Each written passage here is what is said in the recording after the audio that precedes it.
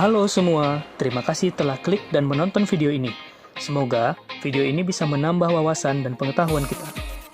Topik yang akan kami bahas kali ini adalah cleaning, deaerasi, dan screening. Pembicara kali ini akan diisi oleh Velta Agustina dan Felicia Austin. Mari sama-sama kita simak videonya. Pembersihan stok, cleaning, deaerasi, dan screening.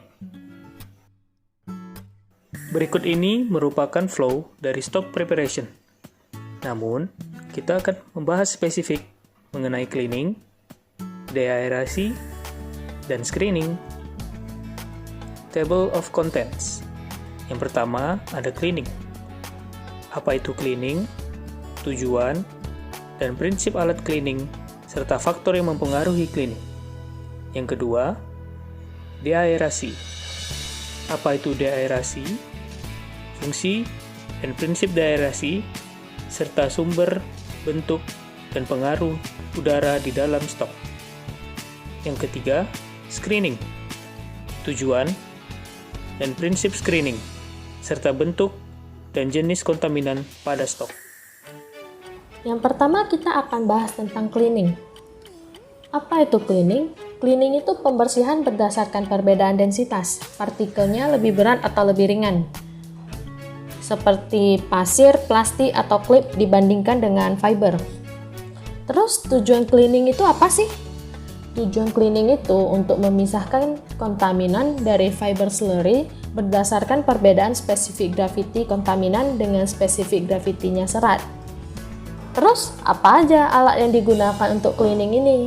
Alat yang digunakan itu centrifugal cleaner atau hydrocyclone. Faktor yang mempengaruhi kinerja cleaning ada dua, kontaminan dan kualitas stok. Kontaminan itu berdasarkan ukurannya, berat jenisnya, bentuk, kotoran inletnya. Kalau kualitas stok itu berdasarkan konsistensinya, derajat giling, dan jumlah serat panjangnya. Ini bisa dilihat gambar dari centrifugal cleaner itu bagaimana. Stok masuk secara tangensial dari tepi atas silinder cleaner, kemudian membentuk pusaran dengan kecepatan yang semakin tinggi sampai ke ujung akhir kerucut. Yang kuning menggambarkan stok, sedangkan yang biru menggambarkan kontaminannya.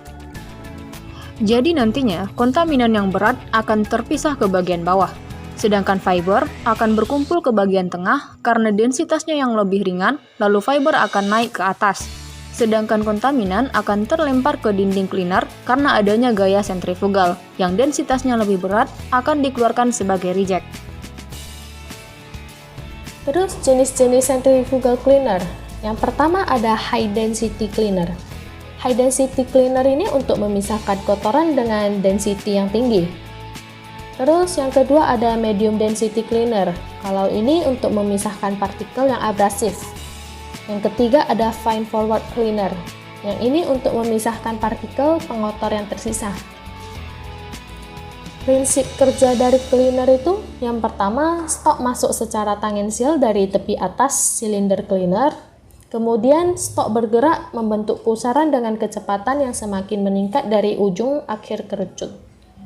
Kemudian, kombinasi dari gaya centrifugal dan gaya hydraulic shear menyebabkan kontaminan yang berat itu berpindah ke lapisan fluida dekat dinding cleaner.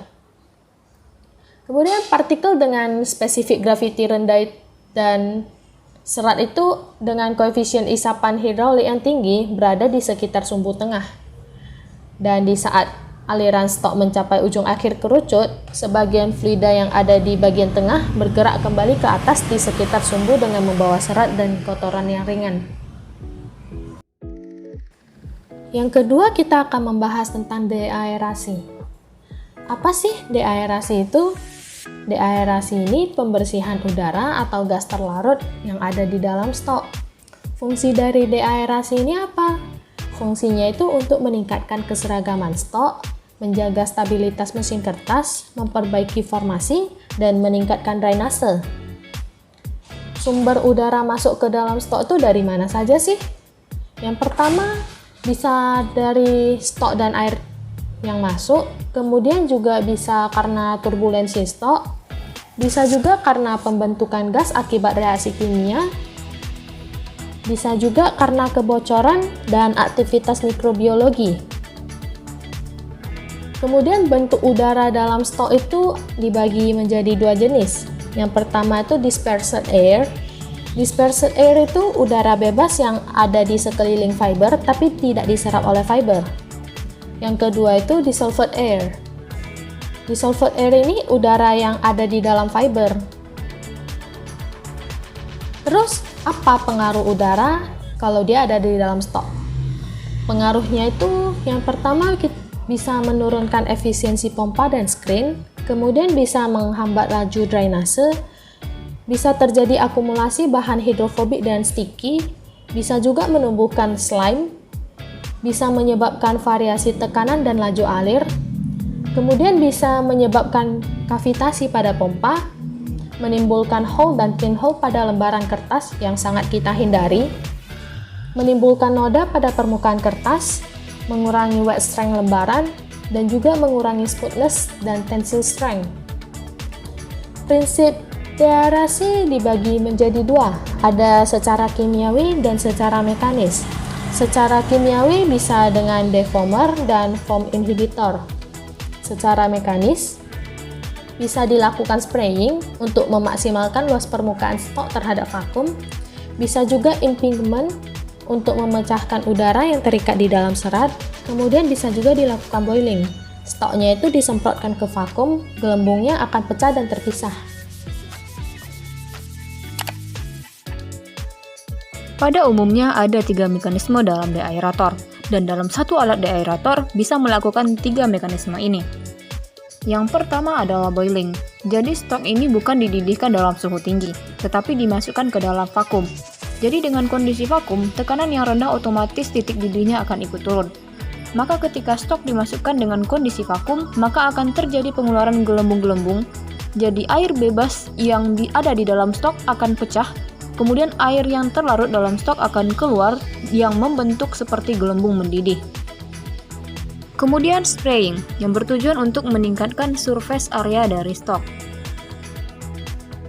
Lalu impingement untuk memecahkan air bubble yang terikat dengan serat, maka gelembung dipecahkan dengan cara dihempaskan.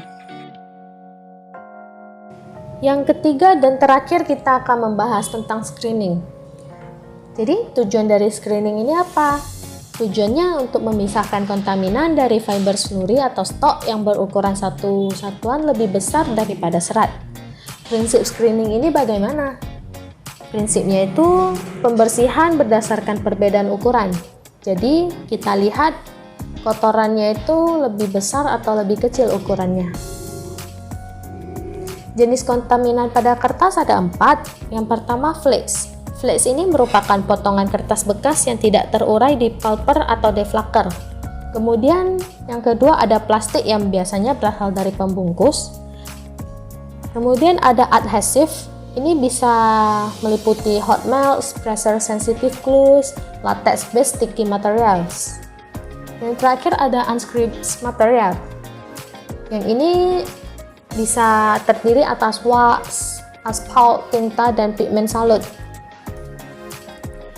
Zat kontaminan yang terdapat pada stok dapat berbentuk kubik, lembaran, ataupun benang. Kubik itu kontaminan yang berukuran besar atau kecil pada ketiga dimensinya. Kalau lembaran itu kontaminan yang berukuran besar pada 2 dimensi dan kecil pada 1 dimensinya. Dan yang berbentuk benang itu kontaminan yang berukuran besar pada 1 dimensi dan kecil pada 2 dimensinya.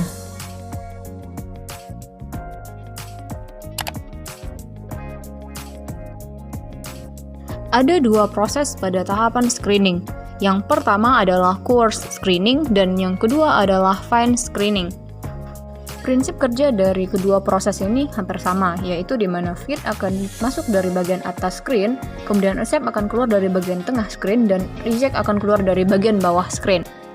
Yang menjadi perbedaan dari kedua proses ini adalah ukuran dari kontaminannya, di mana kontaminan dari coarse screen lebih besar daripada fine screen. Bisa dilihat pada gambar yang ada di samping ini. Kemudian bisa dilihat juga alat screening itu bagaimana.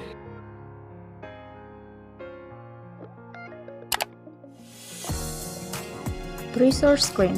Bagian ini merupakan screen housing.